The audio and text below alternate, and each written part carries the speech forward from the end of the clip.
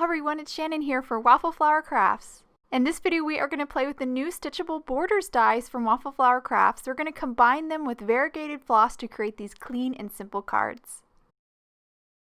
These are all the Stitchable Border dies versus the Stitchable Squares, Circles, Hearts, and Zigzags. The hearts, circles, and squares also have a little tag that's included in this set as well. But we're just going to use the hearts today, and I'm going to combine them with this variegated floss. Variegated floss is a really beautiful floss, comes in lots of different colors, but basically variegated just means that it changes from one color to a next, all on one thread. So it's pretty cool. This one changes from a pink to a red to a maroon. Now I'm going to start with a small panel. This panel is 4 by 5 1/4, so a little bit smaller than an A2 panel, and it's made from 110-pound light pink cardstock.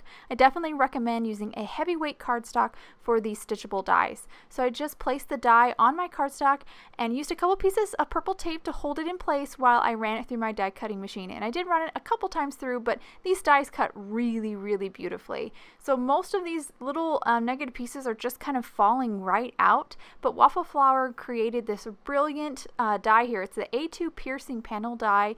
This die helps you get those last little pieces of little tiny negative circles out, and you just place your panel onto that die and rub it, and that will help to pop out all those little remaining negative circles. So now I'm going to move on to actually stamping my sentiment. I definitely recommend stamping your sentiment before you do your stitching, because if you mess it up at all, you haven't wasted that whole panel that you did your stitching on. So I recommend doing it first. So I am also going to do some heat embossing. So I did apply some anti-static powder, and I'm going to stamp the sentiment a couple times in VersaFine Onyx black ink, and then I will dip it into some clear embossing powder. I recommend heat embossing this just because you're going to be holding this panel a lot while you do your cross stitching, and you don't want to kind of have any of the oils or any little moisture from your hands to cause that ink to kind of bleed or anything. Now that my sentiment is stamped, I'm ready to move on to my stitching.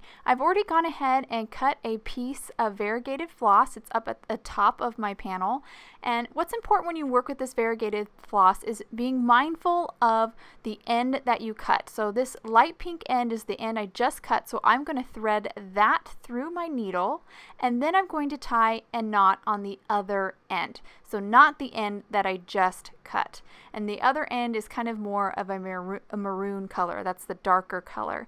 The only reason why you want to kind of be mindful of all this is just so you can be very consistent. So when you run out of thread and you end a row, the new thread that you cut can kind of start at the same color that you just ended. So I hope that makes sense. It's just for consistency. You don't have to worry about it if it doesn't bother you, but I do like to I like to have that gradation consistent. So I've already gone ahead and tied a double knot. Now I'm going to feed my thread through the first row, kind of towards the end of the first row. This is just a knot technique that I learned from watching Nina's Cross Stitching for Beginners video. I found it to be a really helpful video. And now that I've got that knot in place, I'm going to start to do my first row of half stitches.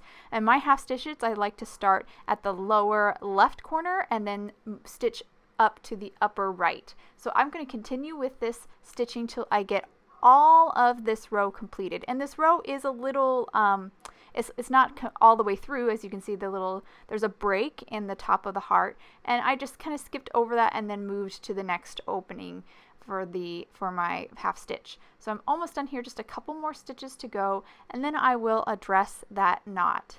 And while I finish this row up, I just want to point out that I am using all 6 threads, and I am also using a 22 needle. So I'm just finished up that stitch here, and I'll turn my panel over, and you can see that the stitches have kind of held that tail end from the end in place. And so now I can just trim this knot off, and I don't have to worry about it unraveling or anything, but it will also make my panel completely or very smooth, as smooth as you can get a cross-stitched panel. So now I'm going to complete this row by doing my other half stitches, and this time I'm going to start at the lower right and stitch up to the upper left. So I'm just going to continue doing my half stitches here till I have this completed, till I have this top row completed.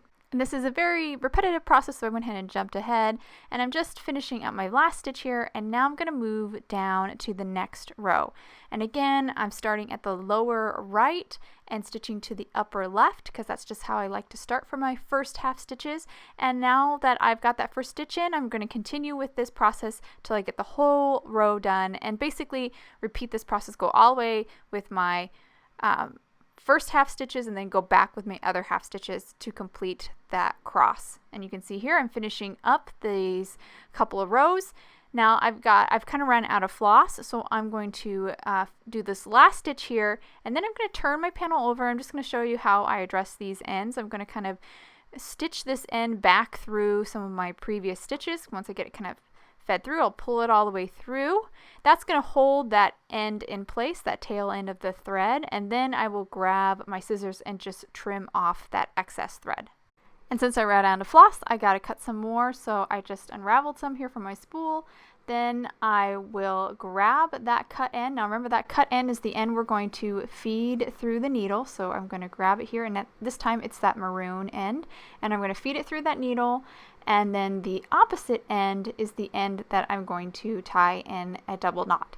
And again, the reason why we do it this way, or the reason you want to be mindful of this, is just so you can be consistent, because now when I start up this next row of stitches, it kind of ended off on the maroon, and we're going to come back with the maroon. So it just keeps everything very consistent.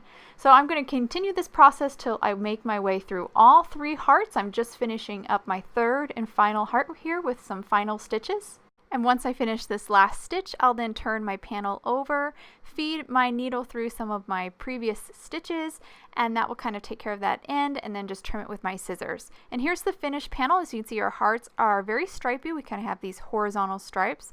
Now I'm going to show you a different way to stitch with the variegated floss to get a different look.